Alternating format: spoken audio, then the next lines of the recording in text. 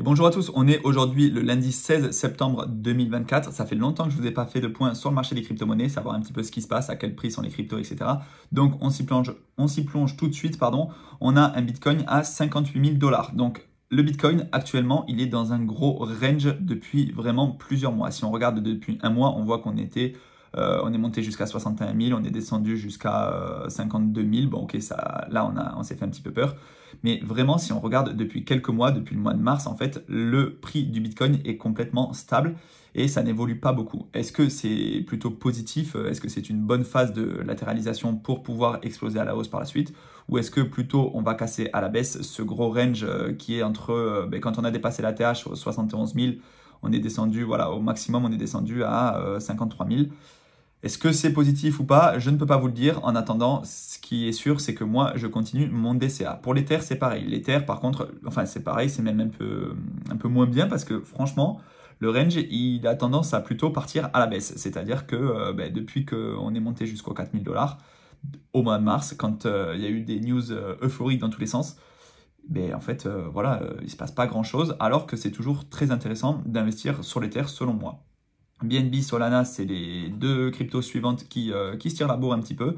Solana, on m'a demandé aujourd'hui s'il fallait investir sur Solana. Alors évidemment, je n'ai pas de conseil en investissement à faire. Par contre, il faut savoir que Solana a fortement souffert pendant le bear market. Il est descendu très très bas, donc on est descendu aux alentours de 9 $, alors que pendant le précédent bull run, il était à 236 $. Là, on est bien bien remonté. Est-ce qu'on a un potentiel de hausse plus important? Je pense que oui. D'ailleurs, certains disaient qu'en termes de... Si on tient en compte de l'inflation, je crois qu'on aurait finalement dépassé le plus haut historique. Mais bref, c'est en tout cas un Solana à 131 $ qu'on voit aujourd'hui. Le crypto Fear and Greed, il est plutôt dans la peur.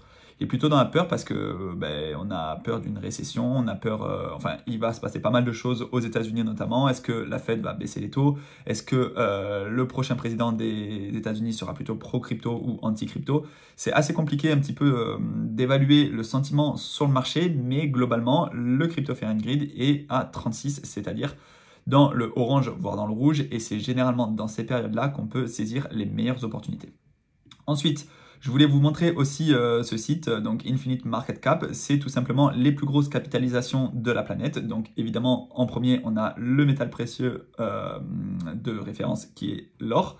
Puis on a les GAFAM, donc Apple, Microsoft, Nvidia, ça c'est les trois sociétés les plus capitalisées de la planète. Attention, Nvidia était passé au-delà des 3 000 milliards de dollars. Là, on est quand même pas mal redescendu et l'action Nvidia a, depuis le split, en fait, elle a quand même pas mal souffert. Mais on verra pourquoi aussi. Il y a des news aux États-Unis qui ont été moyennes, mais globalement, ça reste une entreprise qui délivre énormément, qui a énormément de clients et qui est, selon moi, une très grande entreprise d'avenir. Le Bitcoin se trouve actuellement en 10e position en termes de plus grande capitalisation mondiale. Donc il est juste derrière Meta, c'est-à-dire le groupe qui détient Facebook, Instagram, WhatsApp, etc. Donc vous pouvez aller faire un tour sur ce site, il est très intéressant tout simplement pour comparer les plus grosses capitalisations de la planète.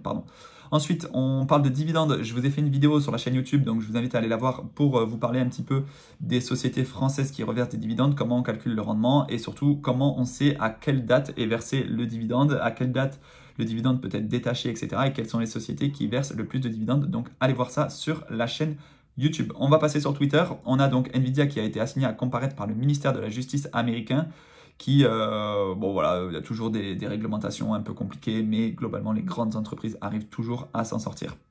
Ensuite, le directeur financier de Coinbase affirme que Kamala Harris, qui serait plutôt moins pro-crypto que Donald Trump, voire anti-crypto, elle utilise quand même l'entreprise, donc Coinbase, pour accepter les dons en crypto-monnaie. Voilà, donc il n'y a aucun avis politique dans ce que je viens de dire. Simplement, on pensait que Kamala Harris était vraiment anti-crypto.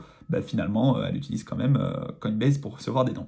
Ensuite, les plus grosses sociétés européennes. Donc là, je vous invite à aller voir ce graphique sur Twitter. Tout simplement, la plus grosse société européenne, c'est Novo Nordisk. Ensuite, on a LVMH, on a ASML, Nestlé, L'Oréal, Hermès, etc.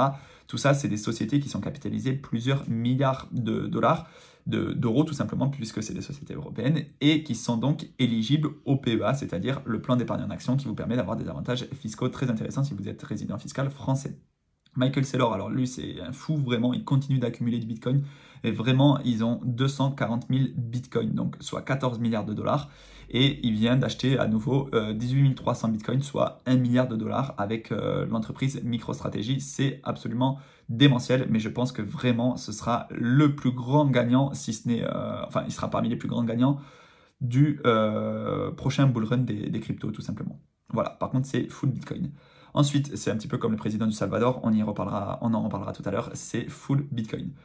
Maximaliste. Money Radar qui nous partage ça, en 2023, Tether, l'entreprise donc, qui gère l'USDT, a gagné plus d'argent que BlackRock alors qu'ils ont énormément moins d'employés. BlackRock ont gagné 5,5 milliards avec 20 000 employés et Tether a gagné 6,2 milliards avec 100 employés. Juste 100 employés, l'entreprise a généré 6,2 milliards. C'est hallucinant. Et si vous vous demandez comment c'est possible, tout simplement, vous leur donnez de l'argent, donc en USDT, ils vous donnent des Tether, donc des USDT, ils achètent des obligations d'État américains, donc des obligations US à 5% de rendement, puis ils achètent des bitcoins et c'est comme ça qu'ils génèrent un profit complètement monstrueux. Ensuite, je voulais vous partager aussi ça, un nouveau launch pool sur Binance. J'ai pas creusé en détail le projet, mais c'est lié à l'écosystème TON. Voilà. Les RWA, donc les Real World Assets, qui sont donc des actifs tokenisés, atteignent une valeur marchande de 12 milliards de dollars.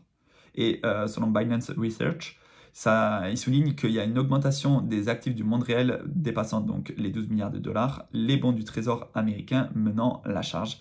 Et ça, c'est, je pense, très très intéressant pour le futur de la tokenisation, que ce soit d'un point de vue immobilier ou d'autres tokenisations d'actifs du monde réel. Et on va finir avec le président du Salvador, donc Nayib Bukele, qui annonce dans son discours le jour de l'indépendance du pays que le pays atteindra l'indépendance financière. Donc c'est un petit peu comme nous qui voulons viser l'indépendance financière, mais ils atteindront l'indépendance financière fiscale à partir du budget de 2025. Cela signifie que le pays n'aura plus aucune dette. Alors que nous, on sait que les pays occidentaux, la France, les États-Unis, etc., on croule sous la dette.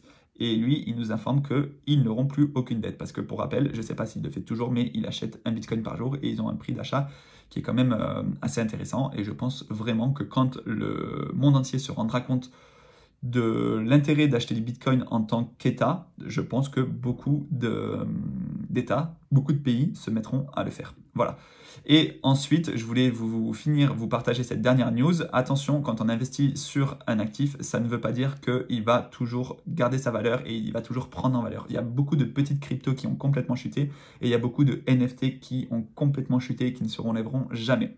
Là, c'est les CryptoPunks qui ont été un petit peu la première collection de NFT. Il y en a un qui a été estimé à une valeur de 1,5 million pendant le précédent bull run et aujourd'hui, il s'est vendu à 25 000 dollars, 25 300 dollars.